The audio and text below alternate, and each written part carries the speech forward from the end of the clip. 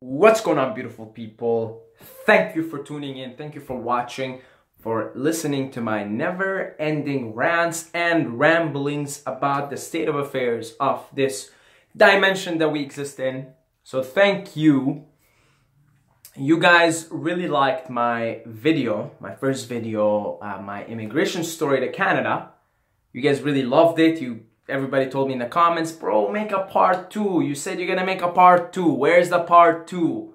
Don't bullshit a bullshitter. Where's the part 2? Okay, this is a part 2. Right? So, let's do a little recap. I told you guys about coming here when I was 13.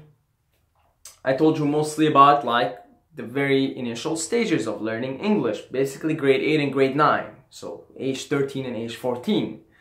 And I didn't go into detail on how I was chubby and all of that. So I'll leave that for another video separately. Just my chubby, we'll call it like my chubby teenage years or something. You know, I'll talk even because it goes before the immigration to Canada. The chubby years came before. So that's different video. Anyway, so you know, I told you guys I learned English and I was like struggling in a bit. I told you guys some funny and tragic stories. And now we fast forward to grade 10, right? So grade 8, grade 9, that's gone. Grade 10, I'm turning 15, right? We moved houses. We were living in this area in Calgary called Falcon Ridge, and it was like an immigrant area. And we moved to the southeast to Douglasdale, which is near Mackenzie Town, which is it's a nice area, right? Upper middle class area. And that's where I moved. So we moved to this area, and it was beautiful. We had a nice house. It was because we were in a really small house the first 2 years. Like, it was just really small house. And so we moved to this new area, bigger house, nicer area, it's nicer. Everything is cool, right? Everything is nice. And it's grade 10. So in Alberta, high school here in Ontario, it starts in grade 9, but in Alberta, it starts in grade 10. So this was my first high school year, okay? Now at the time, I gotten skinnier, I'm a bit more fit, and I'm just hitting puberty now, right? I'm starting to have like a little bit of hair, I'm starting to have boners, and I'm just, you know, I'm starting to have testosterone in my body. This testosterone starting to happen here. So, and it's grade 10. And it's like, whoa, high school, bro. High school, you know? So, you know, I'm coming in there, and to put it simply, I'm trying to find an identity now for myself. I'm trying to assert myself here. I'm trying to prove that I'm the man, because I'm getting all this testosterone, and I'm seeing all these girls, and girls mature earlier, right? Some of these grade 10 girls, I mean, they were mature, man. They looked like 19, 20, right? And I was still in ESL for English, but for my other subjects, so ESL is English as second language. For my other subjects, I was with the regular kids. Right? So I still had ESL, yeah. So that year I've met with, so talk about my ESL experience, my English class. I met with really cool people, exchange students from South America, from Brazil, and from Mexico, right? I remember there was the three amigos, the Mexicans. One of them was Juan, one of them was Eric, and I can't remember the third guy's name. I can't remember it. And then there was these two beautiful Brazilian chicks. What was their names?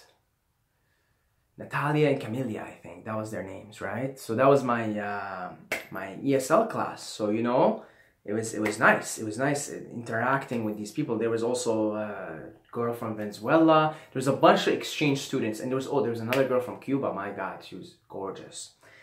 And it was my first time interacting with people from South America. I never interacted in my entire life with people from South America. In the first 2 years, I didn't know any people from South America. That's grade 8, grade 9. So it was my first time interacting with people from that continent. And I've grown to absolutely love South American people, and love their culture and love the dancing and their language, you know, Spanish and Portuguese. It's just, wow, music, man, romance, lover language. And that was really cool. That was really cool. And these three guys, these three Mexicans, right? I love them. They got me into weed. I mean, I'm not trying to be stereotypical here, guys, okay? I'm just saying that's what happened, right? I shout out to all my people, okay? Mexicans and everything else. They got me, and we'll talk about my first weed experience here, okay? Oh, I remember the third guy's name, Hector. Hector. So Juan, Hector, and Eric. Lovely people. And on the other side, I had the regular classes with the people there, right? So the regular, most of my school was white. I was in a white area. It was white kids, right? And so I started also interacting more and more with white kids, because in the first 2 years, I really wasn't interacting with much people at all. I wasn't. But in grade 10, as I started to speak more English and become more fluent in the language, I started to interact with more kids, and now I'm trying to find my place in the world. Now I'm getting this suggestion, I'm trying to find my place. So the first place that I found myself in, gym class, okay? And I started doing wrestling in grade 10. I started doing wrestling. I started to go to the wrestling practice. I started to practice with the wrestling team in my school, and that was the beginning of my wrestling career, which really was pretty short. So I started training with the wrestling team, and I didn't compete in the competitions, but I would go to their practice, and I would practice with them. And I was starting to feel like this manly testosterone vibe, right? Like you go in and you're trying to take these fucking guys down. You're trying to assert your dominance, right? And you're trying to like really like feel up this testosterone. And at the same time, I also we had weightlifting class, because the school that I went to was called Lower Beaverbrook. I think the biggest high school in Calgary, really big. It has everything there. It has weightlifting, carpentry, you name it. They had like classes where you can go fix cars, mechanics. So they give you a lot of options. So I took weightlifting and I did wrestling as well. So I would do weightlifting. I started like lifting, I started benching, and I remember I was one of the early bench bloomers, meaning I was like benching more than most kids. And I think it's because I'm short, I have shorter arms, and I mean, look at this, right? I just have naturally a strong, big chest. So it started showing. So I was like benching more than most kids in the class. That made me feel really special. That made me feel super special, because my favorite question was when somebody asked me, how much do you bench, bro? And I was like, all right, let me take out my dick here. Okay, bro, this is how much I bench. It made me feel really good, because, you know, it's like you're competing now with your peers, and everybody's got testosterone, and everybody's starting to get boners, and there's this competition going on, right? And so I felt pretty good that I was benching more than most kids. I think maybe only 1 or 2 kids were benching more than me. And I started to find that maybe I have a natural talent for this bodybuilding thing, and maybe that I have a natural talent for this weightlifting thing. That's when I started weightlifting. It was that year, grade 10. Because I started to see I actually have a natural talent, because I worked my way up to the bench pretty quickly, and I started to develop a nice body, right? I started to develop a nice body. And of course, that was getting me a lot of attention from girls. Unfortunately, I didn't know how to convert that attention, and we'll talk about that. So weightlifting and wrestling, my first sort of real world interaction with that field, and that's sort of the real beginning of my fitness journey was in that year. Let's talk about girls now that we mentioned it. There was a lot of beautiful girls, and I was looking good, and I was dressing really fresh. And I'll put a thumbnail here. You guys see I was dressing really fresh. I was like starting to dress better, look better. I started like feel more confident about myself. And here's the thing: there's a lot of girls that year, beautiful girls, beautiful chicks, and I had a lot of like, you know, crushes on a lot of girls, and a lot of girls had crushes on me. Unfortunately, I didn't know how to convert it, because again, I'm still like, I don't know how this works. I'm still not used to it. Even after 2 years, I'm still not used to it. This girl thing is weird. It's all weird. It's really like not making much sense here. And so I would talk to girls in my class, in my ESL class, and I would, you know, talk to these girls from the other classes, and I would see like I was like starting to be like popular with the girls, man. Like I can feel them like, you know, really liking me, you know, because I had like a bit of a style, and I was very stylish, always wore like stylish stuff, jewelry, and I was like working out and having a better body, and but I didn't know how to convert it. I didn't know what to say. All right, let's go hang out, let's do this. I didn't know any of that because I'm still not used to this, right? So I remember this beautiful girl, her name was Robin, and I really liked her, and she really liked me. And she was, I don't remember which class she was in. So I took a picture with her, right? Me hugging her like this. And you can tell from the picture, you know, like if anything was to happen between us, you can tell there's like a lot of sort of intimacy there, even though we didn't hang out, nothing. We were just talking in class. I never asked her out. I never did anything because I was clueless. I didn't know, right? I didn't know how to take it to the next level. And so you can tell from the picture, like, you know, we're hugging, and you can tell, you know, if I asked her out and we got to know each other more and stuff, we could have been something nice. And my mom sees this picture, right? And so she summons me and sits down with me and gives me a huge lecture about how I'm being bad and how I should behave myself, and I shouldn't go out after girls, and this is haram. So it's not haram in Islamic, it's like you can't do it, right? Because in Islam, you're not supposed to touch a girl or love a girl or have sex with a girl unless you're married to her. Yeah. So, you know, she gave me this big lecture, man. It was like a 3-4 hour lecture, right? It made me feel bad. You know, it's like I felt guilty. I'm like, oh, because like, honestly, you know, if I had kept pushing myself in that direction, I definitely would have had a girlfriend that year. Definitely, because there's a lot of girls. I was hot stuff that year. And, you know, she gave me this lecture.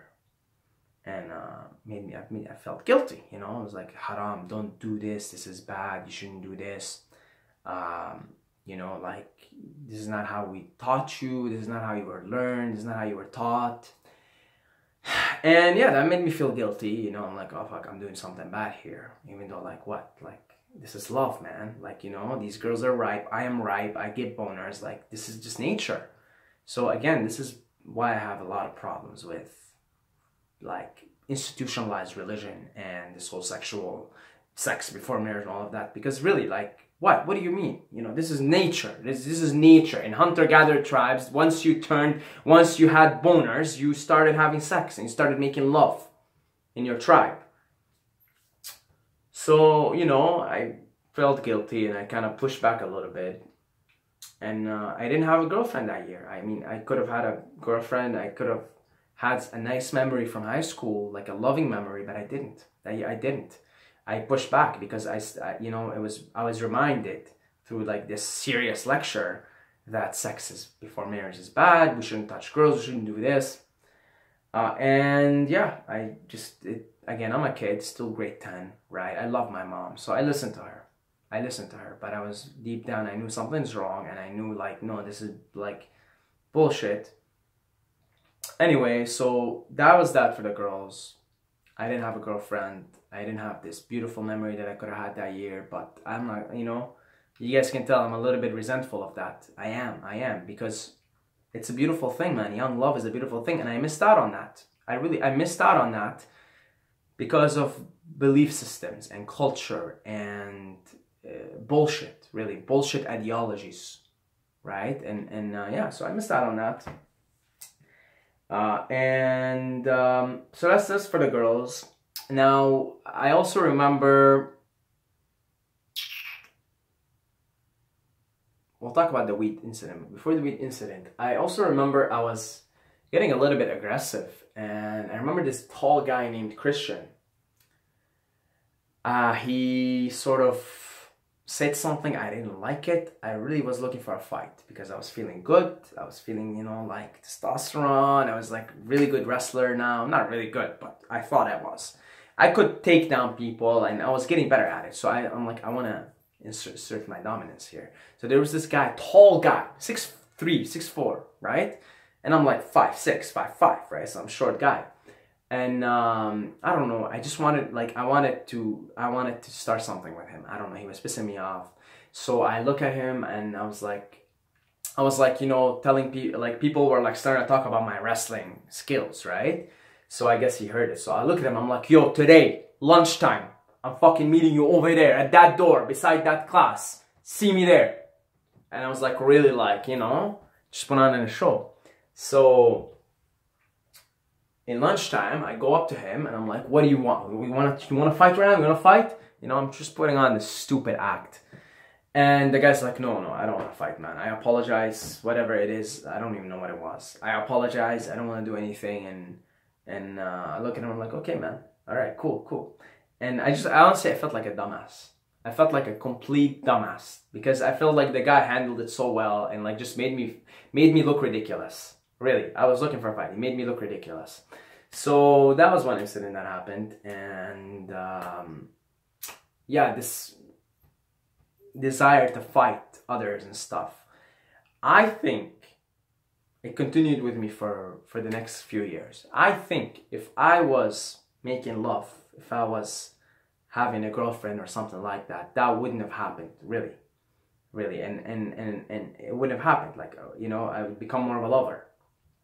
But because that wasn't happening, and because of all the guilt feelings that I had, even though there was a lot of, like, I'm telling you guys, I was kind of a semi-pimp in grade 10, okay? A semi, I mean, like, you'd see me hugging girls, you'd see, like, you know, I have pictures too, you know, but the belief systems and those lectures that I received when my mom saw the pictures with me and the girls, it made me schizophrenic in my head because I see these women and I see these girls and I'm attracted to them, they're attracted to me, but I'm not acting upon it, I'm not doing anything, and I'm repressing my sexual feelings and my desire to make love and be loved.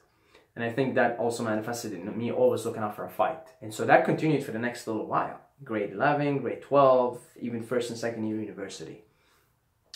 And I think that was the year that began my struggle with women, and my struggle with my sexuality, and my struggle with sex, and my feelings of guilt, and my feelings of shame, and my feelings of, I started to hate women, man. I went from grade 10, like, I loved women, I loved girls, and they loved me. But as I grew up, I started becoming more resentful of women. And I started becoming, like, ashamed of my sexuality, and started to grow feelings of guilt and shame.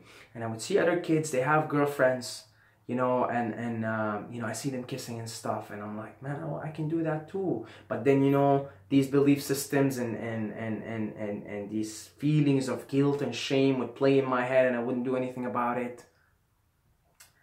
That's when I struggled with my sexuality and my shame, and I started to resent women as I grew older, and I started to resent the whole thing, and it was fucking continued with me for a while, and I had to until I realized what was going on, and I fixed it all.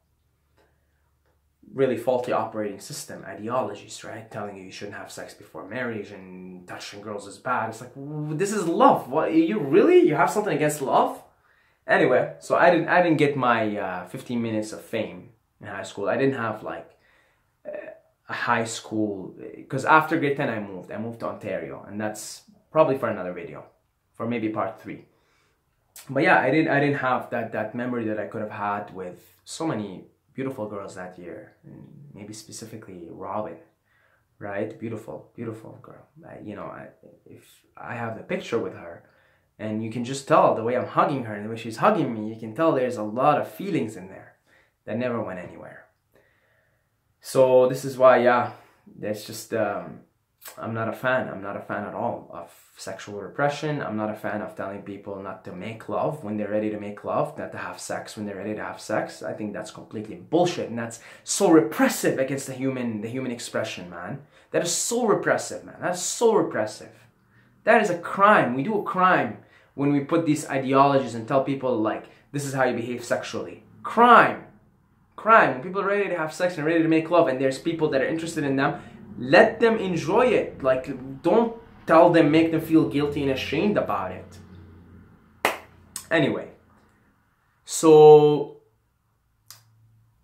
Oh, my weed. First time I smoked weed. So the three amigos, my good amigos, Eric, Juan, and Hector. I hope these guys are doing really good because I know they went back to Mexico, right? They were exchange students. They had some weed on them, and they told me, "Hey, man, you know, come smoke some weed, man. It's good for you, man." And I'm like, "Oh man, like I'm interested. I've heard, I've heard kids talking about weed, and I've heard like, it makes you feel a certain way, and it makes you feel good." And I was like interested, right? I wanted to break the rules, and so. They convinced me. It didn't take much to convince me at the time. I was always a rebel, I want to do new things. I want to break the rules. So hey, man, we coming after school today, man. Yeah, I'm like, okay, cool. We go after school and we go to this area and we smoke weed.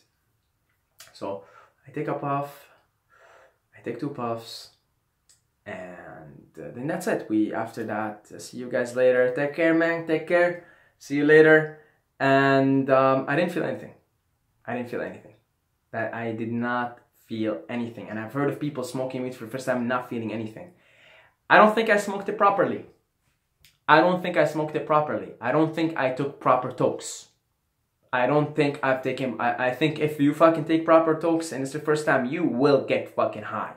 I think that whole myth that you don't get high the first time, I think because people are not talking properly. So I didn't take proper tokes. And I was under the impression that weed is a big scam and it doesn't do shit. It doesn't affect you. It doesn't do anything.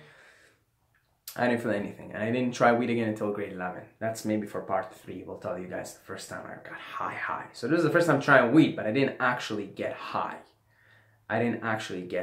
From it. So... anyway, because of this incident, somehow my ESL student found out and told my parents that your son is smoking weed. And of course, I got the same bad lecture from my parents. Don't do this, blah, blah, blah. You're making us ashamed or whatever, right? Making me feel guilty and making me feel bad and making me feel, just guilty and bad about trying these things and wanting to try these things. And I got pissed. I was going through a very pissed off period in my life. So I was sitting in class and I remember I was pissed off at my teacher for telling my parents. So I was just pissed off, man, because like I had all these beautiful opportunities and just my parents and the ideologies and the belief systems kept getting in the way, making me feel guilty, making me feel, and not that I don't want to blame anybody here. I'm just saying how it was at the time. It's the past now. But I was really pissed off now. I felt like I'm just being so, like, I just was pissed off, right? So I remember my teacher, I was starting to like get like really smart ass with my teacher. I used to say a lot of funny shit in class. I was a comedian in class. I was a clown that year. So I used to say a lot of funny shit. But this time I was getting meaner with it. I was getting meaner with the teacher. And there was like tension between me and the teacher. So then the teacher says something and it really takes me off.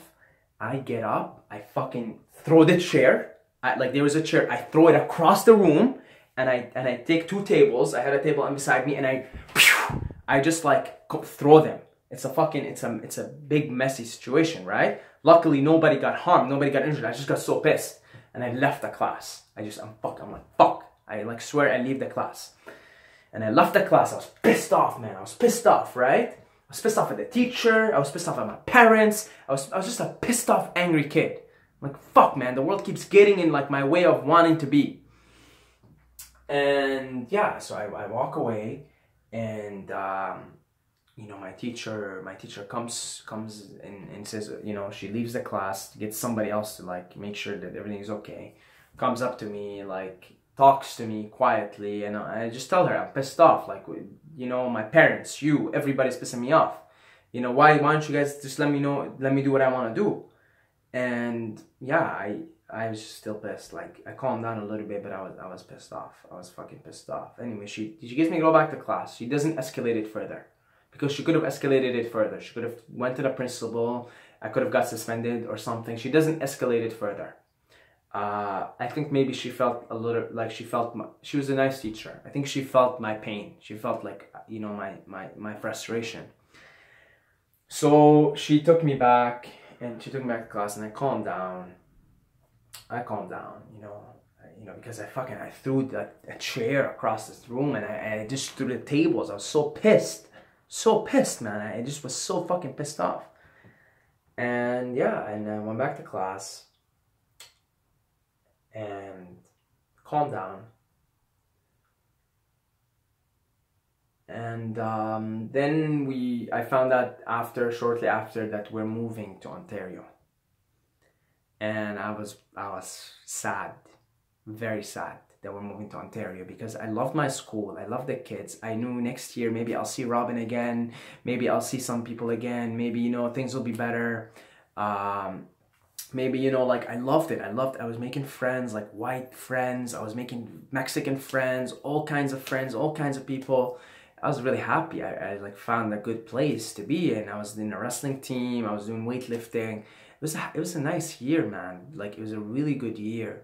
And besides, like, the fucking lectures that I received, and like, besides the memories that I could have made, and like certain things that could have happened, it was a good year, man. I was like forming a nice personality. I was like, feeling good. I was like becoming hot shit. And I was very sad that I was moving to Ontario. And so the year ended with a lot of sadness. I was very sad. I really loved the area. I really loved the school. And that was grade 10. So if I had to summarize grade 10 in just a few sentences, I would say that was my first year of weightlifting and wrestling, and my journey with fitness. That was the launch of it, the first year of it. It was also my first year of really interacting with girls, really like interacting with them and feeling that I'm attractive, and feeling like, wow, like I'm attractive. I felt good. I was like desired by the opposite sex, and I was like very like loving too, but also was the beginning of years of struggle with girls, and years of struggle with my sexuality, and years of guilt and shame built around it. Because if I had maybe a girlfriend that year, if I had sex that year, if I had a beautiful loving memory with someone, then it would have turned out completely different. But I didn't. I didn't, for reasons that I told you guys here. I didn't. And so I grew up, and it was the beginning of the problem for me. It was the beginning of a serious problem that wasn't fixed until much later, unfortunately. Right? So that's it. Other than that, that was part 2. So we'll hit you guys up with part 3 maybe. Let me know if you want part 3. After grade 11 and grade 12, I'd probably put them in the same part, because it was sort of 2 similar years. And we'll take it from there. So that's it. Hopefully you guys enjoyed this ramble. And I love you guys. I love every single one of you. But don't forget to subscribe, or you're gonna sleep with the fishes.